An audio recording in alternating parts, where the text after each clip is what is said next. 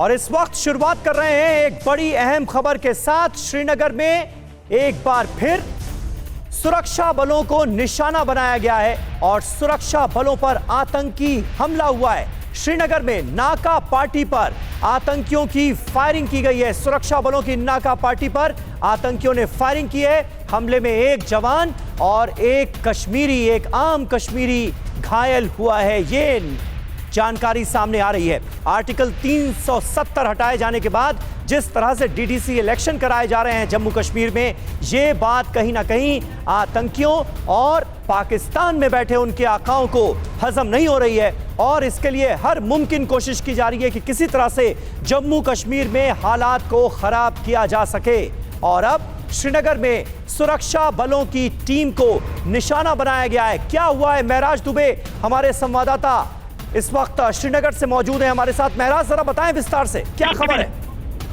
बिल्कुल समीर, आज सुबह ही जहाँ पे कुछ समय पहले ही हम अभी घटनास्थल पे मौजूद हैं और यहाँ पे कुछ समय पहले ही जो है मिलिटेंटों ने सुरक्षा बलों की एक गश्त पार्टी पे जो है हमला कर दिया है और उसमें जो अभी तक हमें जानकारी मिली है, एक सुरक्षा कर्मी और एक स्थानीय इसमें घायल है। अभी तक पूरे इलाके को कॉर्डन कर दिया गया है सुरक्षा बलों द्वारा, जिसमें पुलिस और सीआरपीएफ शामिल है और जो भी इस घटनास्थल से मिलने वाले रास्ते हैं उन पे भी जो है सुरक्षा यानी जो तलाशी अभियान है वो जारी कर दिया गया है और अभी तक कोशिश की जा रही है सुरक्षा बलों द्वारा कि अगर हमलावर आसपास है तो उसको पकड़ा जाए या एलिमिनेट किया जाए। लेकिन बता दें आपको कि कल यहाँ पे चौथे चरण के चुनाव होने वाले हैं और मिलिटेंटों की कोशिश रहती है कि वो अपनी प्रेजेंस दिखाएं और शायद श्रीनगर में बिल्कुल सही कहा आपने महराज। और चौथे चरण के चुनाव से ठीक पहले एक बार फिर श्रीनगर में सुरक्षा बलों पर आतंकी हमला कर माहौल खराब करने की कोशिश की गई है। महराज अहमद हमारे संवाददाता श्रीनगर से ताजा जानकारी दे रहे थे।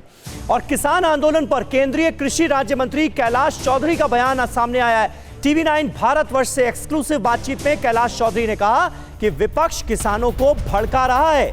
किसानों की आय बढ़ाना सरकार का लक्ष्य है। नए कृषि कानून किसानों को आजादी देने वाले हैं, लेकिन जो ऑपोजिशन पार्टीज हैं वो किसानों को मोहरा बना रही हैं। ये कह रहे हैं कृषि राज्य मंत्री। हमारे साथ केंद्रीय कृषि राज्य मंत्री कैलाश जी मौजूद है। सर, एक बात बताएं, कहाँ रोड़ा अटका हुआ नजर आ रहा है आप लोगों को? ऐसा है कि किसानों के साथ हम निरंतर प्रयास कर रहे हैं कि इस समस्या का समाधान हो और कल भी हमारी बैठक जो हुई उसमें किसानों के साथ में सौहार्दपूर्ण वातावरण के अंदर बैठक हुई है और मैं सोचता हूं कि किसानों को आगे बढ़कर इसके अंदर पहल करनी चाहिए कि हमें किसी के बहकाव में आने की आवश्यकता महसूस नहीं होनी चाहिए, क्योंकि प्रधानमंत्री जी के नेतृत्व में हम लक्ष्य लेके चलें कि 2022 तक किसान की इनकम डबल करना है।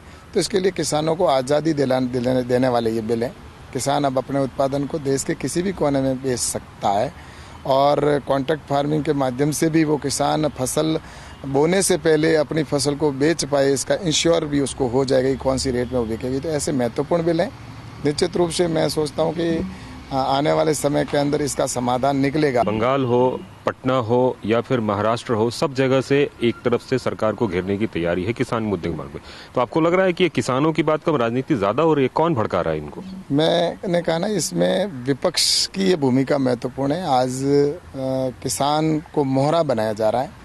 बाकी वास्तविकता ये है कि किसान तो खेत के अंदर बैठा है, वहाँ पर अपने खेत में काम कर रहा है। सरकार ने पूरे नरमी के संकेत दिए। MSP पे बोला कि हम बात करने को तैयार हैं, कॉन्ट्रैक्ट फार्मिंग पे बात करने को तैयार हैं, जुडिशियल की जो बात हो रही थी SDM लेवल के अलग, उस पे भी बात करने को तैयार है। क्या इस पे लिखित आश्वासन या और भी कुछ दे सकते हैं जिससे कि किसानों को ये विश्वास हो जाए कि सरकार जो कह रही है वो करेगी? ऐसा है कि हमने तो बिल के अंदर संशोधन करने की भी बात की है कि संशोधन की अगर आवश्यकता है, किसानों को जिन जिन विषयों पर अगर कोई शंका है तो उसका समाधान करने के लिए तैयार है। अड़ी सोमवार से शुक्रवार शाम 6 बजे सिर्फ TV9 भारतवर्ष पर।